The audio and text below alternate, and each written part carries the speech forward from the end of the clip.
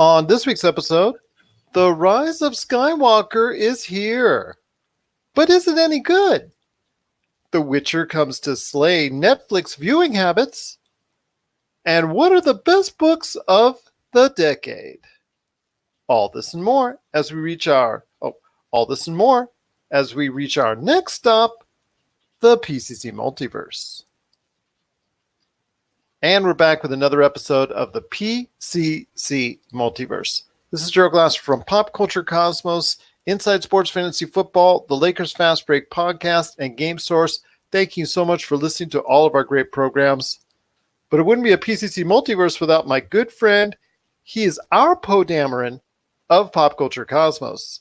You got to check out what he's doing today at popculturecosmos.wordpress.com, his awesome show, Topicocalypse, and of course his book, Congratulations, You Suck. It is my good friend. It is Josh Peterson. What's up, man? Hey, just, getting ready for Star Wars. Getting ready for Star Wars, indeed, because it is finally here. The end of the Skywalker saga is upon us with Star Wars Episode 9, Rise of Skywalker. It is out in theaters at this point in time as this is being heard by everyone out there. It's all over worldwide. Projections are right now to be right around 200 million domestically and about 500 million plus in its first weekend, in its first full week of being out of the box office worldwide. I'm kind of leaning maybe a little bit short of that. And the only reason I say that is two things is because A, there's still, with a lot of people, a bad taste in their mouths because The Last Jedi. And B, which is the most important thing, reviews have come out and already been posted for many from many outlets. And the Metacritic score as of this time, I don't look at Rotten Tomatoes because that only gives you a percentage of how many favorable reviews. But the overall reviews on Metacritic are at around 54, 55, which is one of the lowest Metacritic scores for anything in the Star Wars saga. But there are some positive reviews out there that are very glowing for it, and obviously the other way around as well. So be that as it may, you're going to have a review later in the program at the back end for Star Wars Rise of Skywalker. But I want to hear your thoughts now as you go into it. What are your hopes for Star Wars Rise of Skywalker as we end the Skywalker saga? I hope for closure. I hope for a movie that is, this is going to sound, I guess, weird, but I hope that it's something that ends on a high note. The films that I loved watching growing up, Last Jedi still kind of makes me nauseous thinking about it. And, Mandalorian has done a great job kind of washing that taste out of my mouth. But I want to see the characters get their due. I want to see it all wrapped up in a way that makes sense and is not trying to be meta, if that makes sense. Kind of like Rian Johnson had an interview saying that you should never give fans what they want. But I mean, with Star Wars, I think it's kind of important to give fans what they want. I mean, you can be creative with it if Disney will let you, but it is important to have all these fans who. I don't think that Star Wars can survive another polarizing film. I definitely agree with you. It will be very hard if this becomes a polarizing moment in Star Wars lore. And something I want to talk to you about here, you hit it right on the head, my friend, when you said Rian Johnson said, don't give them what they want. Well, Star Wars is all about fan service. And the reason why so many people have lined up over the years is because they're hoping for and expecting fan service. And originally in the 70s and 80s, they got nothing but fan service, and it paid off in spades. And the basis of that is what you have today. You had a great series in the original trilogy that was produced in the 70s and 80s. You had a lackluster trilogy in the prequels, and now you have not seeing episode 9 for me yet. I will not be able to see it until Friday, but you're going to see it. You're going to tell us your review later on in the program. But I'm going to say right now, putting that aside, so far it's been a mediocre return of Star Wars at best. this time around. So at this point, what does Star Wars episode 9 need to do to go ahead and make Star Wars viable for the long term? Because there's still, according to what you hear from Disney, a lot more Star Wars left in the universe. That's a good question, because I know they're wrapping the whole Skywalker episodes up, but they need, so if they want to be viable in the future, they need to just do something new. Like, I'm not saying reboot it, like keep the lore that they have, but they need to create a new story, make it revolve around new characters.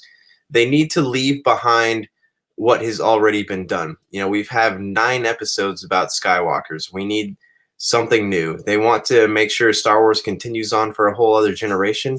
They need a new story. They need to pick up, Star Wars has a ton of lore, and they need to pick up somewhere that has no Skywalkers, no Poe Damerons, no C-3POs. They need just new characters, a new world, make it take place maybe 100 years in the past or 100 years in the future. It just needs to be fresh.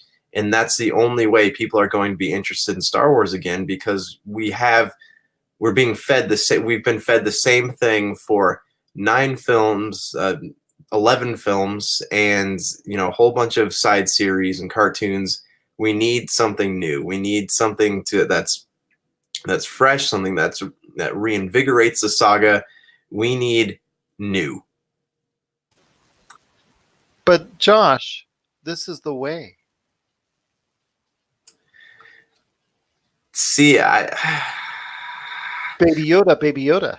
Baby Yoda. So I'm fine. Like, yes, keep doing your side stories along the main canon line, but for film wise, like, that's why I was so excited about the DB Wise thing and Benioff, is because I thought we were going to get something, the prior to the Knights of the Old Republic, or even the Knights of the Old Republic would have been cool, but it's just, it needs to, they can continue on the Skywalker storyline if they want through, their side stories or whatever it is, their series, the Obi-Wan, the Mandalorian, things like that. But with the film universe, we need something different, something new. We've had the same story rehashed over and over again. We need something to make Star Wars feel fresh, and it also would be a good place to reboot for a new generation of people to carry on the legacy that we have had through watching Star Wars as younger people. Excellent points indeed, and it is my hope that Star Wars Episode 9 will close out this chapter, so to speak, in the Star Wars saga on a good note, because again, the reviews are not all bad out there. The reviews are mixed and all over the place, indifferent, some good, some bad, some in the middle. It doesn't, it just seems that the critics are all over the place on it. So sometimes that's a good thing for us as fans, because we end up liking it more than the critics, as Josh has indicated on more than one occasion and actually written about it in the past as well. So hopefully this will be another case where that is. But then again, we could have a situation where The Last Jedi was reviewed more positively by the critics, and obviously the polarizing thoughts of the fans out there. And so I'm right now in a point where I just want to see what's going on within the realm of the Star Wars universe. I hope to have more discussion and breakdown in spoilery details, hopefully as early as this weekend, or maybe even hopefully on next week's Pop Culture Cosmos on Star Wars Episode 9. But for later on in the show, Josh will have a non-spoiler review of Star Wars Episode 9 on the back end. Also as well, it is a reunion, Josh, of National University graduates, as Michelle Lavis from Wine, Women, and Words, she stops by with her holiday book gift guide and also her choices for the best books you need to read for this decade. How about that? Not one, not two, but 3 National University graduates on the same show. What do you know? It is the team up that we don't deserve but have always wanted.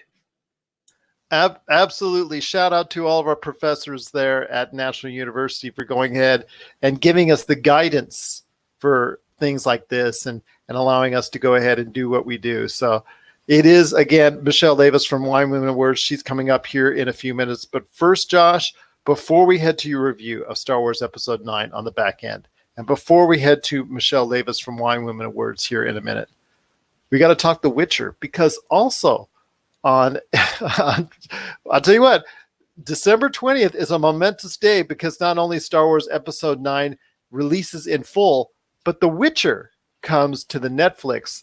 It is basing itself off the books, influenced a little bit by what we saw in the video games, but right now it's Henry Cavill as The Witcher. So first off, before we get into the lore and all that, that we obviously want to get into, what's your thoughts on Henry Cavill as The Witcher? Do you believe him when he puts on the white wig and goes ahead and, if you've seen the trailers and all that, is ready to go ahead and recreate the many movements and styles and mannerisms of what we've seen and heard and read in The Witcher? Yeah, I'm actually really excited about it. Like I'm a fan of Cavill. I liked his Superman portrayal, and I liked him in Man from U.N.C.L.E., right? He was also in that film, if I remember correctly. Yes, I'm just getting my mustache. Hold on. I never actually watched Mission Impossible, so I didn't see how the whole mustache debacle played out. But I think he's a good actor, and just from what I've seen in the trailers, I think he does do a great job. He has the face for it. He seems to have the physique and the ability to really hold himself in that role. Both physically, emotionally, and I don't know what I'm trying to say. What else I'm trying to say? But he looks like he's a good Geralt. That's what I'm trying to say. He looks like he will play that part really well. And just from what I've seen in the trailers, it looks really good as he's fighting, and he's just even in his more monotone scenes, because that character is very monotone. Just if you've ever played the games, he's a very monotone character. He has layers, but he appears flat on screen. But once you kind of get to know him, you play the game, you find out more about him. There is a lot more to him than you think. And from what I've seen in the trailers, it looks like that plays out very well. And I'm really excited to watch the series when it becomes available on Friday. As am I, my friend, because it looks very interesting. Special effects are kind of hit or miss for me, but outside of that, it looks like it's something that Netflix is putting a lot of love into. Hopefully they will go more into the lore, because I have not read the books. I've just played the game, and I've actually just played The Witcher 2 a little bit and The Witcher 3. So I'm more invested into that end of it, but they said they're not totally discounting what has been played in the video games. They're just getting a lot of influence from that, but they're mostly taking the original style characters and world and universe from the books, which the video games did too, to an extent. So hopefully we'll be able to see things that we recognize as gamers out there, but also what Witcher fans that have read the books and played the video games can also recognize when The Witcher comes home to Netflix starting this Friday, December 20th. So I'm looking forward to it as well. I know a lot of other people are. I just think it's going to be something that's a win-win, because let's go on what Netflix is doing to combat Disney Plus, because Disney Plus already around close to 30 million viewers already. I tell you right now, they're doing very well, but Netflix is doing a lot in order to stave off people driving away and canceling their Netflix subscriptions, because they have The Witcher that's coming out. They already have The Two Popes, The Irishman, Marriage Story, which are all under Academy Award consideration. Then you have Six Underground, which is, well, I'll give you a quick review on that, my friend. Have you seen it yet? No, but I've heard people say it's like good in the way a Fast and the Furious movie is good, which means that it's not good, but it's entertaining enough to sit there long enough to finish it. If you don't get a headache from it, because the Netflix just basically said, hey, Michael Bay, do what you do best, but up it to level 10. I mean, there is Michael Bay all over. If you want the quintessential Michael Bay movie, you check out Six Underground, because if you want extended destruction, car crashes, car chase scenes, crazy stuff going on, edited shots that are 2 seconds long, split second here, split second there, all over the place. If it'll either entertain you or give you a headache, either which way. But still, Ryan Reynolds is funny enough in this film to make it worth a watch. And I think a lot of other people are liking it too. In fact, a lot of people on social media are already asking for a sequel. So this could be a big hit for Netflix. Netflix has scored in the past with marginally good or decent films in the past already, so this could be no exception. And Michael Bay just seemed to have gone crazy. I mean, people were talking about his wild style of filmmaking in the Transformers movies. They ain't got nothing on Six Underground. That's all I'll leave, and I'll leave it at that, man, because it was just wild, just absolutely crazy. Yeah, I honestly, I asked you about this last week. Like, I didn't even know that it was a thing until I saw the trailer for it, and the little snippet online for it. But yeah, I mean, it's so. Are you saying that it's not worth, like, if you have nothing to watch on a Friday night, nowhere to go, and that's on, it's not worth checking out? Or would you say No, it is. It is. Okay, okay. But if it's very movement, heavily edited, heavily, fast action, not much of a plot, popcorn flick. Sometimes the action gets too, all over the place, so that it can be mind numbing to certain people that just don't appreciate that for what it's worth. And I could really see that happening, because I can't blame them, because his style is an acquired taste. And if you don't acquire it, I can't blame you. But it is something that I think Netflix wants to create as a series, similar to what we've seen with Fast and the Furious. But it is Michael Bay to the 10th degree. And it is something that is just wild.